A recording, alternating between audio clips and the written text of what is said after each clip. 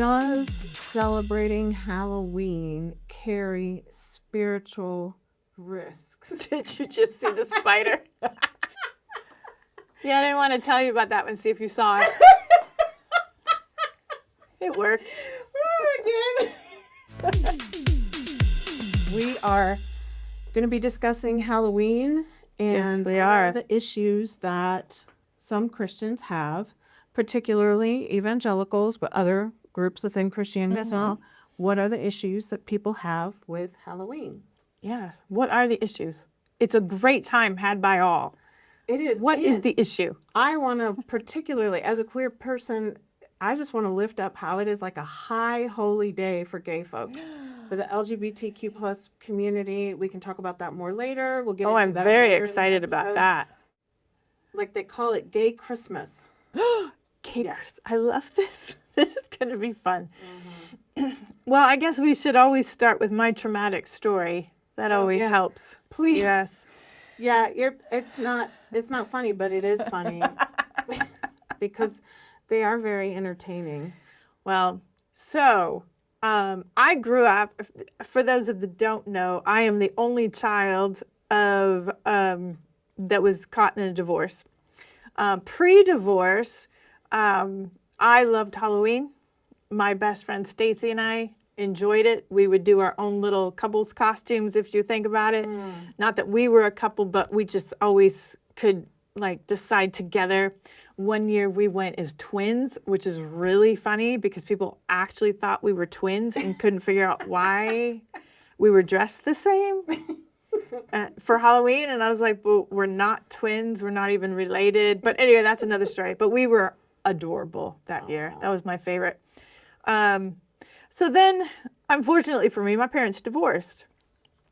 And I had one household that was very conservative Christian. It turned out into a very religious Christian. And then I had the other house with my mother, who was very liberal, atheist, feminist. So I had these two worlds that I kind of had to straddle back and forth. I lived with my mother for a couple of years after the divorce. That didn't go so well. And my dad and I were always kind of fighting to get back together, and through the courts and all that stuff. And I wasn't quite old enough to make a decision until I think I turned 12. Finally, I was old enough to make the decision. I ended up moving back to Michigan with my dad.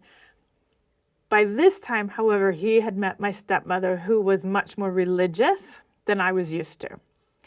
And I remember finally getting home and being excited to reunite with Stacy on Halloween because we were back. And and you're right at that edge, like 11, 12, where you probably shouldn't be doing it anymore, but you still could probably get away with it for a year or so. And I remember being very excited. I don't even remember Halloween with my mother, if I'm honest. I can't remember anything. But I remember being back with Stacy and being so excited that we were going to do our Halloween costumes again. Well, that hope was dashed. About 2 or 3 days, very, very close.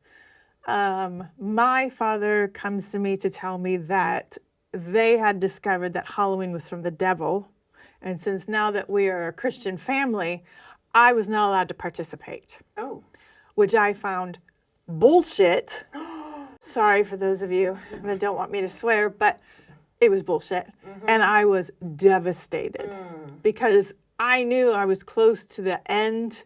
This was probably going to be my last Halloween. I was finally with my best friend. And so there was a lot more to it than just going out to get candy, but also, yes, I wanted to go out and get candy. Because I had just lived 2 years with my mother, who was a dental hygienist who didn't allow candy. I finally get back to the people that allow me to eat candy, and I'm not allowed to go get the candy. Yeah. And candy is a very motivating factor when you're 12. Yes. So there was a lot going on, and I remember just being so upset. And I actually had to sit out that Halloween, all because somehow someone told my stepmother and my father that this was a satanic ritual that children should not be a part of. Now, they grew up being okay with it, but now I had to suffer. There was a few sessions in therapy on Halloween. Anyway, but I don't mean to laugh at your no, trauma. you should. It's okay. But You it's all so should. sad. Yeah. It was very sad. Aw. And Stacy just took off like it was no big deal. Like, peace out, baby. Yeah, I'm going trick or Yeah. treating. And by the way, do you guys have full? Do I not come to your house for candy then? So how much of this not participating? Because that was the other thing. It's like, yeah. So we had to turn off all the lights, Oh, and yeah. and I just watched people from my bedroom window go from house to house. Oh, It was horrible. that's very sad. Horrible. So that's my trauma. Well, so I am Gen X, and first off, I remember we celebrated Halloween in Minnesota, where I was born in the small town, and I just remember that one year it snowed, and it was Halloween, and it was so cold, and I had to wear a snowsuit under my clown costume, and it was so cold, and like people shut down early because it was so. Anyway, so that's not traumatic like your trauma.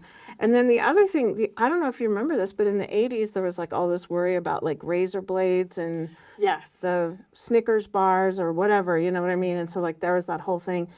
So we had moved to Wisconsin by that point, and I guess the town decided that the way to address how unsafe it was I don't know what this had to do with the razor bars and the candy bars and how it was going to help with that. But they moved Halloween to Sunday afternoon from 12 to 5. It was so lame. It was so lame. And it was just not nearly as fun. Not nearly as fun. So again, nothing traumatic. I was able to celebrate Halloween. I was able to dress up, do all those things. That wasn't an issue with my family the way it was with yours. So Right. I'm sorry that's It's okay. that's what happened I'm your okay last now. year for Halloween. My last year. To be fair, I think I negotiated something the next year, and I think there was the realization that maybe that was too harsh. Who The remembers? sobbing for days after Yeah, Halloween. they just didn't want to go through that again. It's too much. Yeah. She's so extra. That's fair. My parents might have said that about me on more than one occasion, even though I got to celebrate Halloween. This spooky season, help us reject the scariest ideas religion ever gave us. Support us on Patreon, if you dare.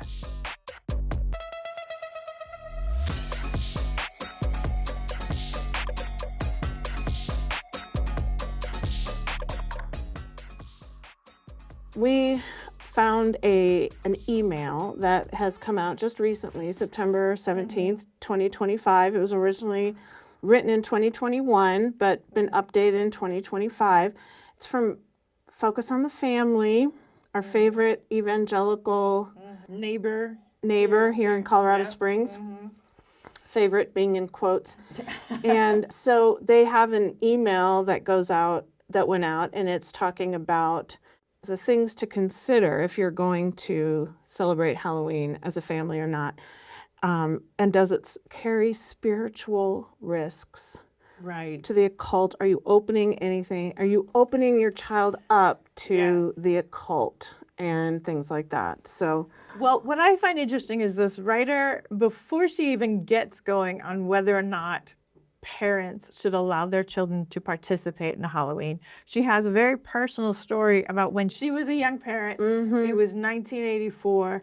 Apparently, 3 young girls went out to trick or treat, and only one came back.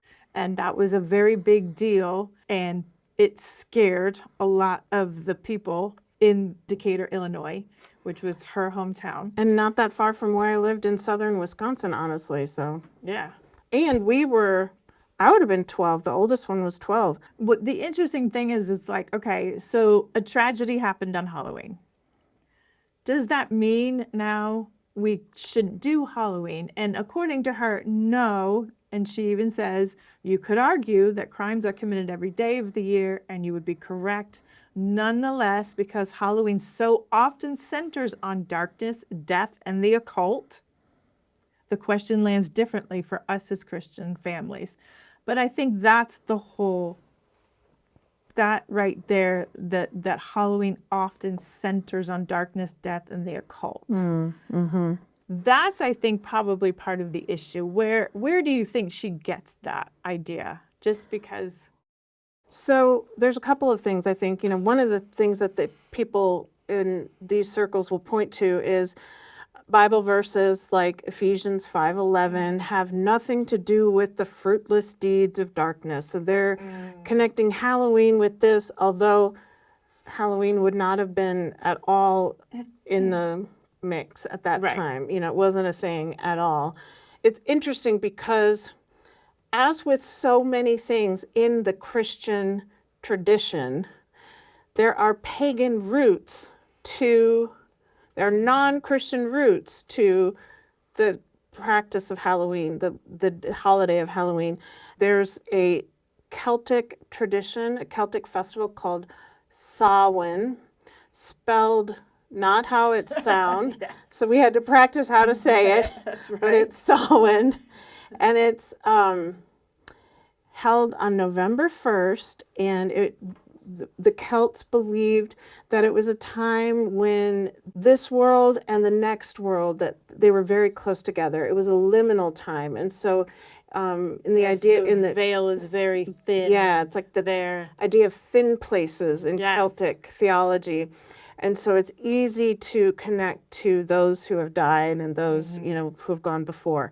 And I think part of what comes with that is that then evangelicals and other Christians start saying, well, then the devil and the demons and the occult also can get in more easily. But it's interesting because there's also other history that she points to in here, right? That is about how Christians and an early pope tried to kind of appropriate it. Right. And they did that. And we also know that in other cultures, the Day of the Dead, this is a time to honor our relatives. That's actually November 1st, All Hallows Eve and All Saints Day. And so it was a way to honor these people that had gone before us that we loved and we didn't want to forget. Yeah. Which is a beautiful, wonderful thing. But yes, it focuses too much on quote unquote death. And there is that whole, especially evangelical, they're not good with saints. They don't do saints. Right.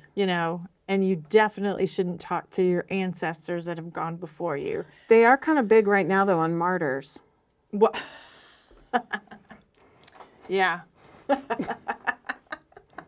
Which, that's a whole other conversation. Yeah.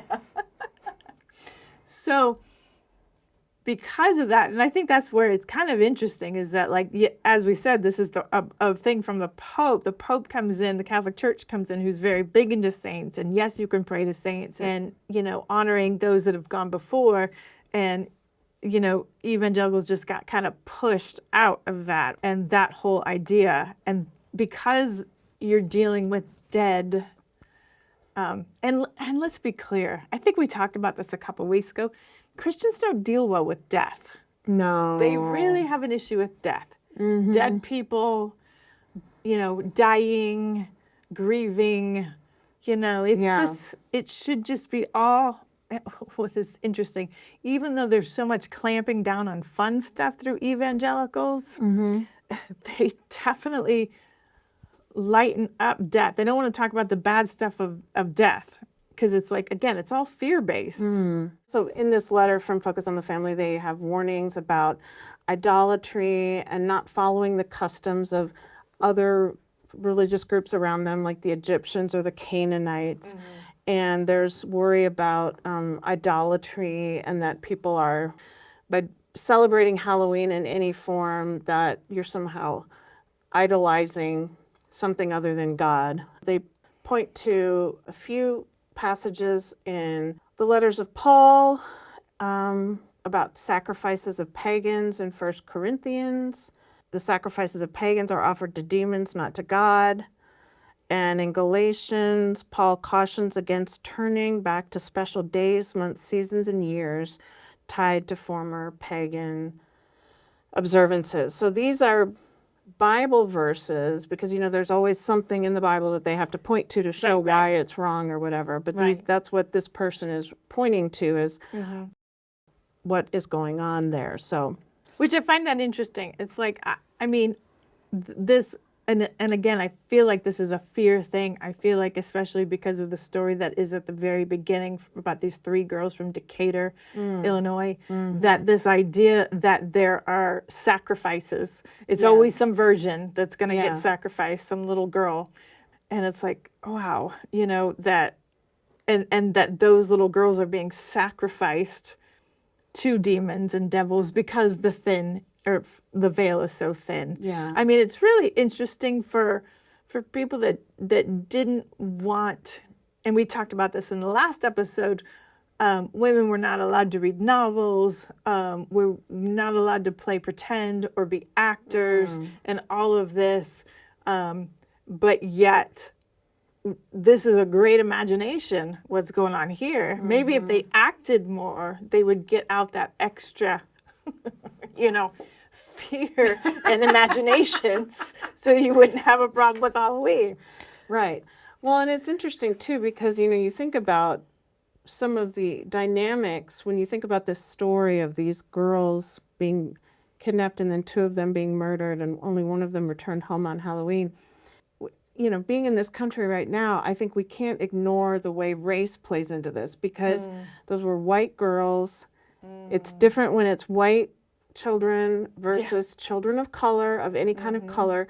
There's so many missing Indigenous women, missing women of color, children of color. And there's just a different emphasis on those kinds of things. And so I think we can't ignore the way that this is also has a racial dimension when she's talking about this in this country at this time, because of the way that there's almost a hysteria that comes along with this, because around the same time in the 80s, there was also this huge panic. And I remember even into the 90s about, the satanic cults that were like kidnapping children and torturing them and sacrificing them, which, all fizzled out later. All the court cases that came, because there were child care centers that were implicated. There were all these things that happened. There were a few cases where people had tried to use like imagery and things like that, but like there were actually no satanic cults or groups that were functioning as actual organized anything. And so it was again one of these fear things that just got whipped up into a frenzy at the time. And then that all got bound up with the idea of Halloween. And I think that is a crazy example of how the fear can become so powerful that it creates like this whole made up thing that we now call the satanic panic, you know what I mean, of the 80s and 90s. So I don't know. And I would like to say, I have met members of the Church of Satan, and they are lovely. I will say that. I enjoy spending, Pride weekend. They're always out for Pride Fest, and I enjoy them. Yeah, I know. When I was serving at the church I was at here in the Springs, I loved our tent at Pride was often right across from the Church of Satan, and it was really fun. Well, we do also have a church of psychedelic mushrooms in Colorado Springs too. So I guess we have quite the range of spiritual organizations here in Colorado Springs, besides Focus on the Family. So then this author then starts to bring in witches and advocates of Wicca, and how they believe that October 31st is a very important day, a high holy day, if you will, for them. I don't know.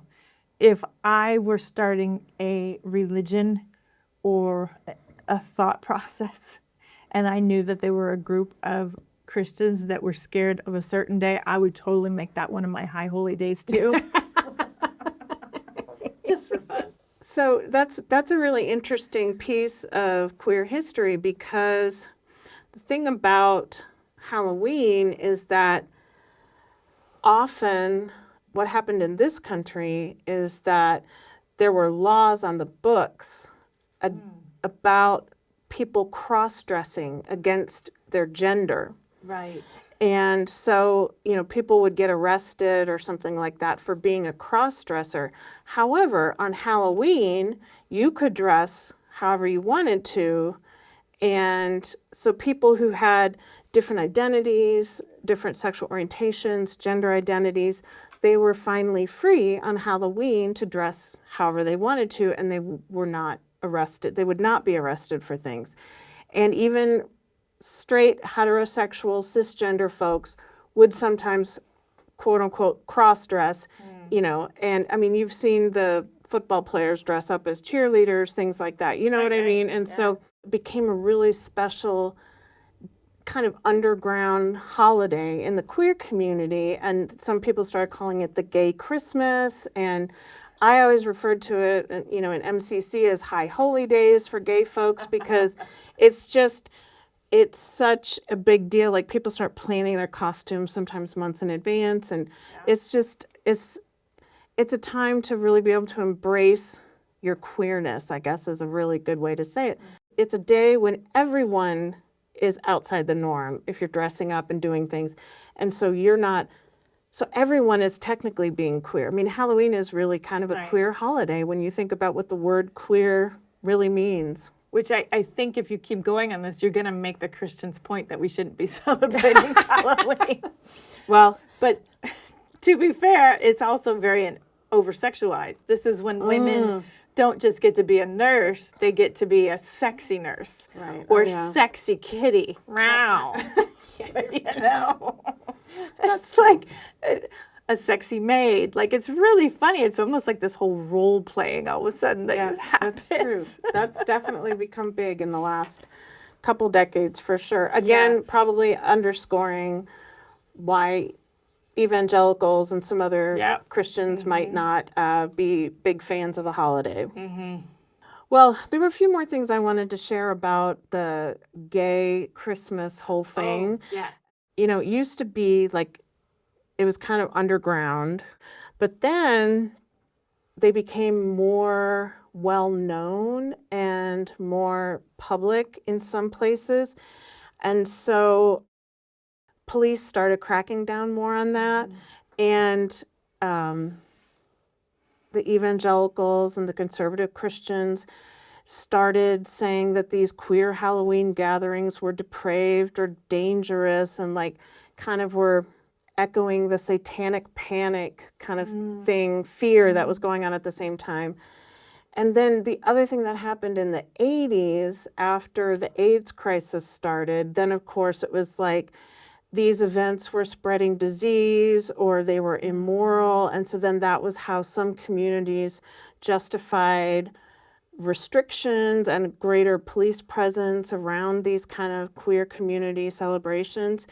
And this then turned into, in some places, these Halloween celebrations in the LGBTQ plus community became then more of a target for hate crimes. And then also there was more entrapment from police as well. And so, there was kind of a, on the one side, it was good because there was enough acceptance that some of those celebrations were becoming more well-known and were more public, but then there was sort of a backlash, a reaction against it. And so I don't know if we don't have the same issues necessarily with entrapment, but there have been some police raids on gay bars, not necessarily always on Halloween. And I think we still have this tension between people in the queer community claiming their true identities and having a night where they can truly be who they are. And then, the conservative Christian communities are saying that that's immoral and have they make lots of judgments about that.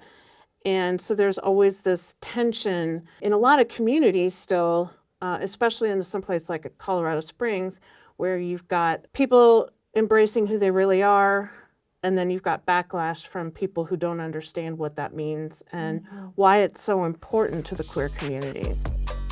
Take a break from the satanic panic, stay away from those hell houses, and don't forget to subscribe.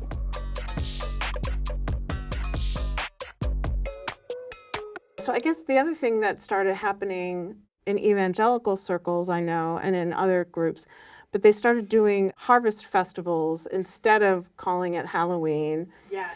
And then also, even more recently, they've started doing trunk or treat. I was just going to say, yeah, trunk or treats. Did you ever do that at your church?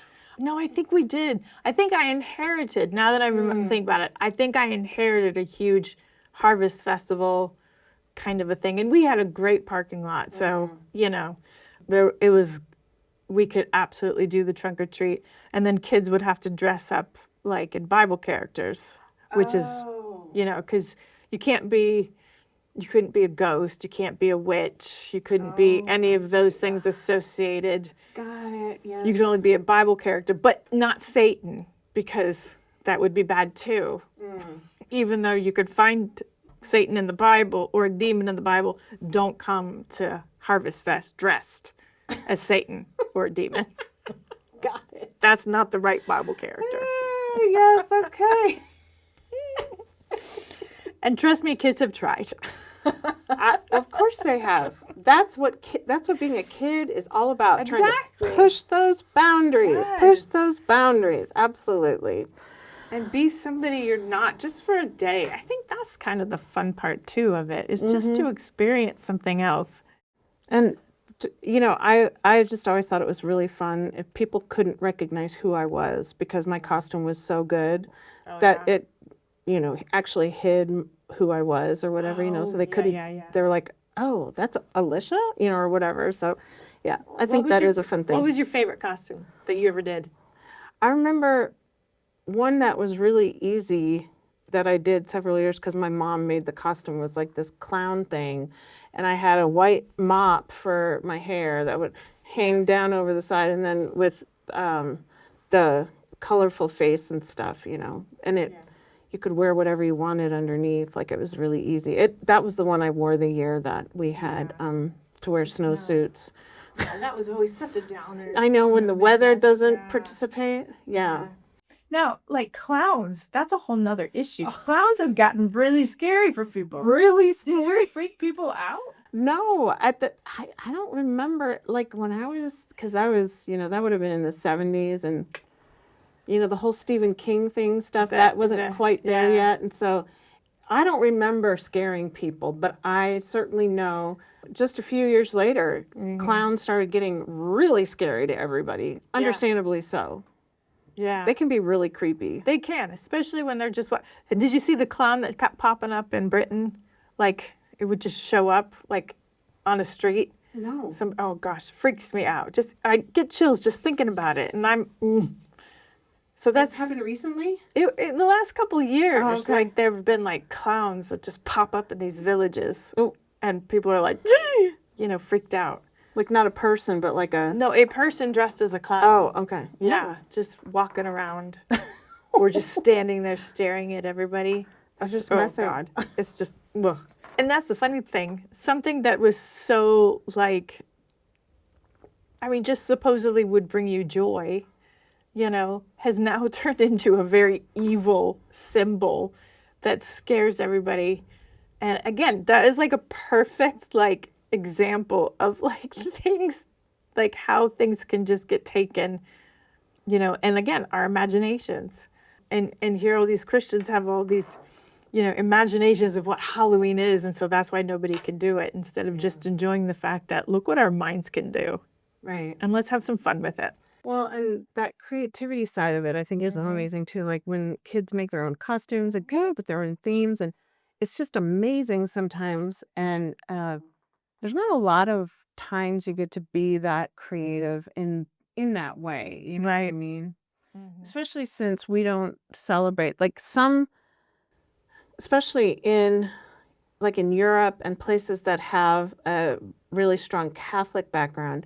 You know, you've got, and certainly in New Orleans, you've got it where you have Fat Tuesday and you've got Carnival and all this stuff. Where I lived in Germany, they celebrated Carnival, and, you know, you would dress up and you'd have all this, you know, partying before the season of Lent, Right. Where you would start fasting and things like that leading up to Easter. But we don't have any of that really in a lot of mainstream American culture anymore. And so Halloween is really kind of it. I mean, the sugar rush, all that kind of stuff, I definitely can understand why parents get concerned about how much sugar kids can get. Yeah. My mom and dad would always make us freeze the candy, so like supposedly like that would slow us down. But I still think we managed to finish off our candy pretty quickly after Oh, man. Halloween. I used to hear teachers hate Halloween. Oh, I bet. I mean, because people get so excited, they can't get anybody to focus. And then for like a week after, these kids are just zombies, like Yeah. knocked out. Like the whole sugar crash and Yeah. they're cranky and this because they just keep eating sugar, which I think is very funny. Yeah. So, I mean, if anybody has a beef against Halloween that we should listen to, it's teachers. That's true. I totally understand. You know, it's interesting because one side to the whole piece of church history that we haven't talked about is that Christians used to dress up as saints, angels, and even demons during All Hallows Eve or All Saints Eve to make fun of evil. Like they would That's interesting. actually be like, ha ha, Jesus conquered death, so you don't have any power over us. And so that's a very different way of understanding it that has been completely lost too. So I wish we would do that now because I really do feel, and again, we talked about this in the last one, of how like even if you just empty your mind, like it's a gateway, it's a portal all of a sudden. And I love this idea that not very long ago, I'm assuming, you know, a couple hundred years, Probably, people yeah. were just making fun of it. That like, like where's focus on the family on that? Like, how about you let people dress up to make fun of Satan yeah. and the demons and say you got no power, nanny nanny boo boo. It seems Yeah. a little bit more victorious than victim, you know? Yeah. It's true. Now, did you let your kids celebrate Halloween? Oh yeah, because I wanted the candy. See, I would say that you get this because I still wasn't over not getting candy that one year. So, especially my son, because him and I like different types of candies. So I would get all of his chocolate, and he would take, because he was like, I don't want that. And I'm like, sweet. You know, and I would call it, you know, the parent tax. Yeah. You know, if I'm going to let you go out, then you have to bring me this and this. I see. And he was so cute about it. He really would. If he got to a house, you know, and somebody would say, you know, he'd see the candy and he'd be like, yeah, my mom will eat that. Go ahead. You know, I was like, God bless him. Oh, that's sweet. Now, my daughter, I don't remember her sharing much with me. No? No. Whoppers. I think Whoppers. That's right. They all gave me Whoppers because I love Whoppers. Do you? Okay. Yeah. Yeah. I mean, yeah. That was when they were all like, here, you can have that. And I was like, sweet. So another really fun for some people, I will admit, I was never a fan, but some people at Halloween love to go to haunted houses. I don't know what it is. Just somebody putting a mask on would just freak me out, no matter yeah. what. Yeah. And Same. and I never liked haunted houses. Now my dad was a JC. Do you remember what a JCs were? They were like these like businessmen in the city. Yeah. And they would do all these things. Well, the JCs always had a haunted house, and my dad would take me, but I wouldn't go through the normal way. We would go in the back to like the quote unquote the control room, I guess, if you will. And I remember being just in the control room and being like a little nervous, and you know, somebody in there thinking it would be cute and funny to scare the kid and like put a mask on and then tapped me on the shoulder, and I think I peed my pants. I mean, seriously, I was just so scared. such a little so scared. I could That's never. what would happen with me. I would get so scared as a kid. My parents like stopped taking me to play. You know, Yeah. there were certain things I just didn't watch because I would get so scared I wouldn't be able to Yes. sleep at night. We went to a pizza place once, and I remember it was like it must have been around Halloween because this guy was walking around. I remember the restaurant in like a ghost costume or whatever, and I was terrified, and my Yeah. parents were like, "Whoa, let's calm down. It's like a real person." But yeah, so Yeah. there were a lot of things that I didn't get to do because me personally would get so scared. And my parents had to tell my older sister to stop telling me things because she would tell me things that would just make me not be able to sleep at night. So that's how I was just a very, very sensitive child. Yes, Very I think I sensitive was child. too. So yeah. Now, one of the things evangelicals did to try to quote unquote reclaim it, which is funny because they had the harvest festivals. So we didn't have Halloween, but now you have harvest festivals. Today, or at least in the last couple of years, they've done like hell houses, I think, where it's like a haunted house, but you'll walk in and each room will depict a scene from hell. And then I guess at some point you're supposed to, you know, it's almost like a living tract. I don't know. You remember when we talked about the tracts? You know what I mean? Like you go through here and this is what's going to happen if you don't have Jesus. And then by the time you get to the end thing, hopefully you're going to. Did it have a Roman road in the haunted house I'm wondering as if, again, I've never been in one, but I remember hearing about it going, oh my gosh, that is hilarious. But again, trying to kind of, and listen, I give them props for trying to for trying it. I think that's a great idea. Not necessarily a hell house, but at least trying to if you can't beat them, join them kind of a thing. Instead of trying to say, oh, let's just all dress as Bible characters. It's like, oh, you want a haunted house? We'll show you a haunted house kind of a thing. You know? Yeah. Now, I don't agree with all that stuff. And I do think it's funny. I can't even imagine people at the end crying and all upset, and then somebody walking along, would you like to make Jesus Christ your savior today? Yeah. Yeah. I know so many people who have been so traumatized by being told that they're going to hell for various reasons that just the thought of a hell house just makes my skin crawl. You know, so many people have so much trauma from those very fearful and scary beliefs, and the consequences are real in people's lives for sure. Thanks for tuning in. Up next, will the rejects keep, rethink, or reject today's topic? Stay with us. What about Halloween? Do we want to keep, rethink, or reject? What would you say you want to keep, rethink, or reject here? I absolutely want to keep just the creativity of it and the imagining of being somebody else. And I think that's so fun for kids. I mean, it's so fun for even adults. I mean, back in the day, I really enjoyed coming up with something really kind of like one year, a bunch of girlfriends and I, we went as the Spice Girls, but we were McCormick Spice. So I was cumin, and somebody was paprika, and somebody was curry. And I love stuff like that. I think that's just fun.